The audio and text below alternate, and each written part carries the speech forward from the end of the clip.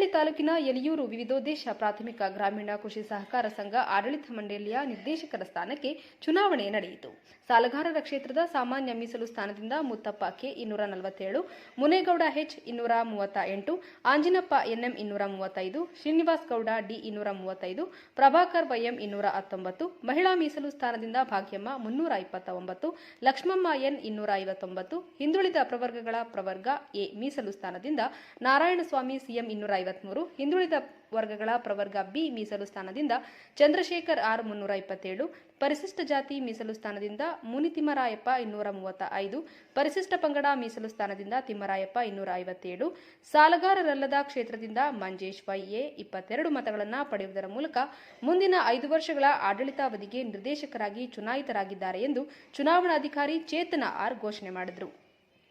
ನಿರ್ದೇಶಕರ ಚುನಾವಣೆಯಲ್ಲಿ ಬಹುಮತ ಪಡೆಯುವುದರ ಮೂಲಕ ಆಯ್ಕೆಯಾಗಿರುವ ನೂತನ ನಿರ್ದೇಶಕರಿಗೆ ತಾಲೂಕಿನ ಹಲವು ಮುಖಂಡರು ಆಗಮಿಸಿ ಅಭಿನಂದಿಸಿದರು. ಈ ಸಂದರ್ಭದಲ್ಲಿ ಬಿಜೆಪಿ ಮುಖಂಡರಾದ ಆನಂದಗೌಡ, ಗ್ರಾಮ ಪಂಚಾಯಿತಿ ಅಧ್ಯಕ್ಷೆ ಆಂಜಿನಮ್ಮ, ಹನುಮಣ್ಣ, ತ್ಯಾಗರಾಜು, ಮುನಿರಾಜು, ರೂಪಾ ಚಿಕ್ಕಣ್ಣ, ನೇತ್ರಾವತಿ ಮಂಜುನಾಥ್, ಸೋಮಶೇಖರ್, ಮಂಡಿಬೆಲೆ ರಾಜಣ್ಣ, ಆರ್ ಆಂಜನಪ್ಪ, ಪ್ರಭಾಕರ್, ಮಂಜುನಾಥ್, ನಾರಾಯಣಸ್ವಾಮಿ, ಸೀನಣ್ಣ, ರಾಘವೇಂದ್ರ, ಭರತ್ ವೈಕೆ, ಗೌರಮ್ಮ ಇನ್ನೂ ಇತರರು ಹಾಜರಿದ್ದರು. ವರದಿ ರಾಜುಗೌಡ.